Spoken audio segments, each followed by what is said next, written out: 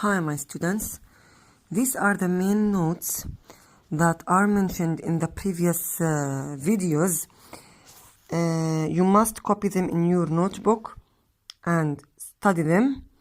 The most important thing that you have to know is to compare between pure and impure substances, like pure water and impure water. The pure water has only H2O molecules and does not have minerals. Actually, the pure substance can be an element or a compound.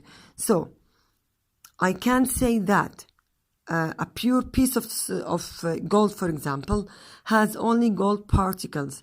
A pure piece of sodium has only pure sodium particles. A pure water particles has only H2O molecules.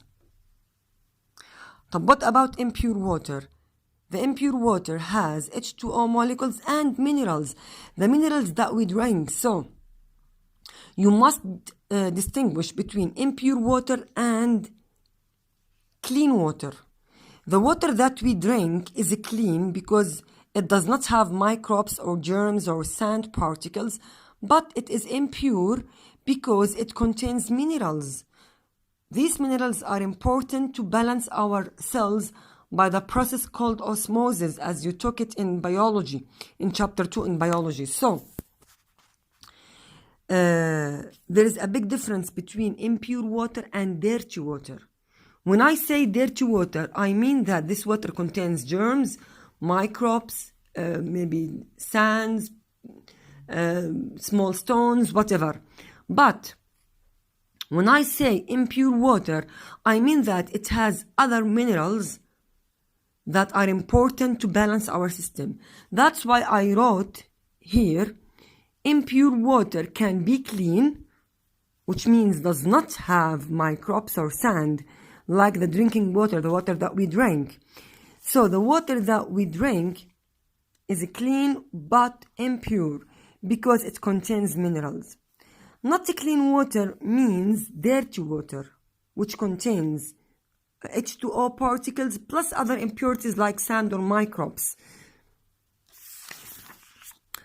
Also, in the previous videos, we explained the difference between evaporation and boiling, and we said that evaporation...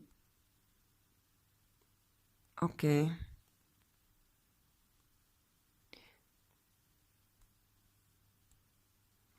And we said that evaporation happens at any temperature, while boiling happens at a specific temperature. There is no any bubbles in evaporation, but there are many bubbles in boiling. Evaporation happens at the surface only of any liquid, but boiling happens all over the solution or the liquid. And also you must know the parts of the filtration process. The filter paper, actually we draw it like this in pencil, as you see. The filter paper, the inner part, and the green one is the filter funnel. The conical flask, the filtrate like water in our example. And the residue like sand or maybe rice or any solid substance. So you must know how to draw it and to label it also. And we said that filtration is used to separate insoluble solid like sand or rice from a liquid like water. And also we discussed the process of evaporation and crystallization. And we said that evaporation is separating a soluble substance like salt or sugar out of water, and crystallization also the same, but the difference is with the product. Evaporation, the product as a powder, while crystallization, the product as crystals. And we say that in evaporation, to get powder, we use a high flame, but in crystallization, we use a low flame. Here we don't use stirrer, but here we use a stirrer, as you see here. The benefit of the stirrer is to detect the crystallization point when the first crystals start to appear on the, or start to be sticked on the stirrer. So this is called the crystallization point, so you must switch it off cool, wash, filter, and dry the crystals.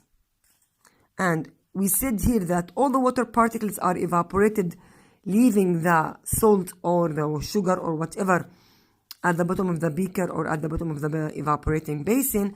But here, some water particles are evaporated and some of them enter the crystals as a water of a crystallization. So the crystal itself contains some water particles to give the crystal its geometrical shape. So, in crystallization, some of the water particles are entering the crystals to form them or to shape the crystal.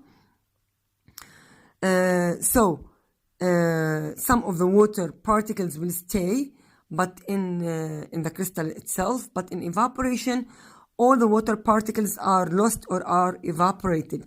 So these are the main points that we explained and discussed them last time. You must copy these notes in your notebook, and inshallah next time we will complete our lesson about chromatography.